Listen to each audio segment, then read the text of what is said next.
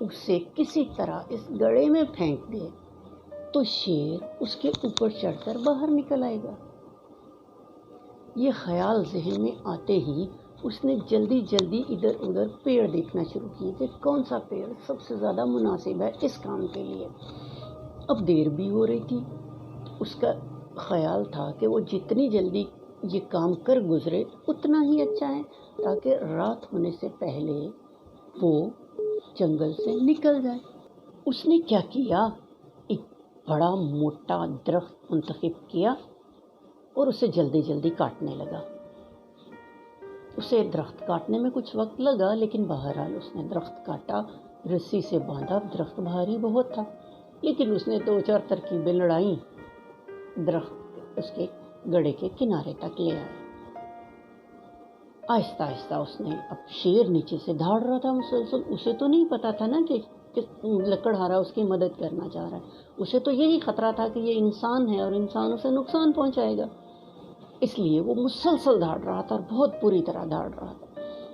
لکڑہارا خوف زدہ تو تھا، لیکن یہ اسے اچھی طرح پتہ چل گیا تھا کہ شیر اب تھک چکا ہے اور وہ کسی صورت باہر نکلنا چاہ رہا ہے۔ اگر وہ اس کی مدد کرے گا تو امید یہی تھی کہ شیر اسے نقصان نہیں پہنچائے گا۔ اس نے بہرحال کیا کیا کہ وہ جو درخت اس نے کاٹا تھا وہ اس نے دھکال کر کسی طرح کوشش کر کے اسے، اس کا تنا نیچے کو گڑھے کے اندر پھینکنا شروع کر دیا۔ شیر کو اور خطرہ محسوس ہوا، وہ اور غصے سے دھاڑنے لگا، لیکن بہرحال لکڑہارے نے کسی نہ کسی طرح وہ درخت گڑھے کے اندر اتار دیا۔ اب ہوا یہ کہ درخت گڑھے کی تہہ سے لے کر گڑھے کے کنارے تک ایک سلوپ کی طرح، ایک ڈھلان کی طرح ٹکا گیا، ایک رستہ بن گیا۔ لکڑہارا درخت پھینکنے کے بعد جلدی جلدی ایک قریب کے درخت پر چڑھ گیا۔ اسے پتا تھا کہ شیر فوراً نہیں نکلے گا، وہ تھوڑی دیر جائزہ لے گا صورتحال کا کہ کہیں اس کے لیے کوئی نیا جال تو نہیں۔ یہی ہوا، شیر تھوڑی دیر تو ایک طرف کھڑا رہا، پھر آہستہ آہستہ آگے آیا، اس نے درخت کو سونگا، پھر پیچھے ہٹ گیا، پھر تھوڑی دیر بعد واپس آیا، پھر اس نے درخت کو سونگا۔ آہستہ سے یقین ہو گیا کہ اس کے لیے خطرہ نہیں ہے۔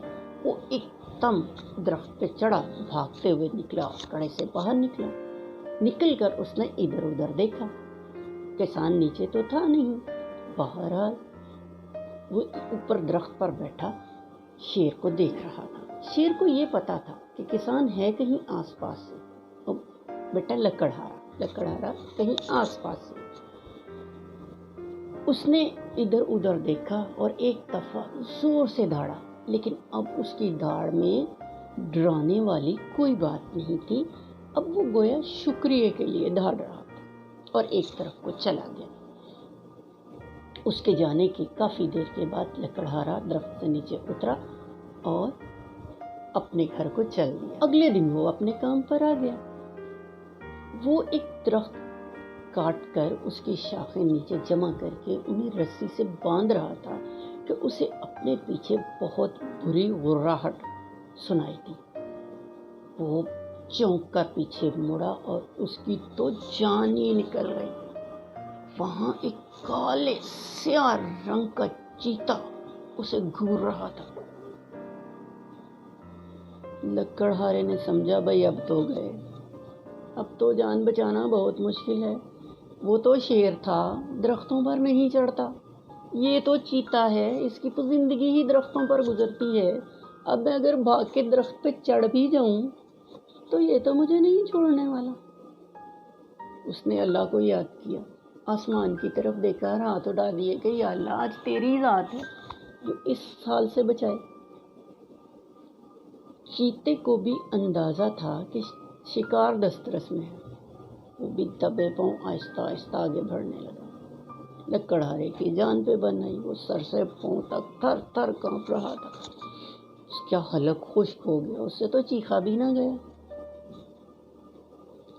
ابھی وہ اسی خوف میں تھا کہ اچانک ایک ایسا کام ہوا کہ وہ ہکا بکا دیکھتا رہ گیا۔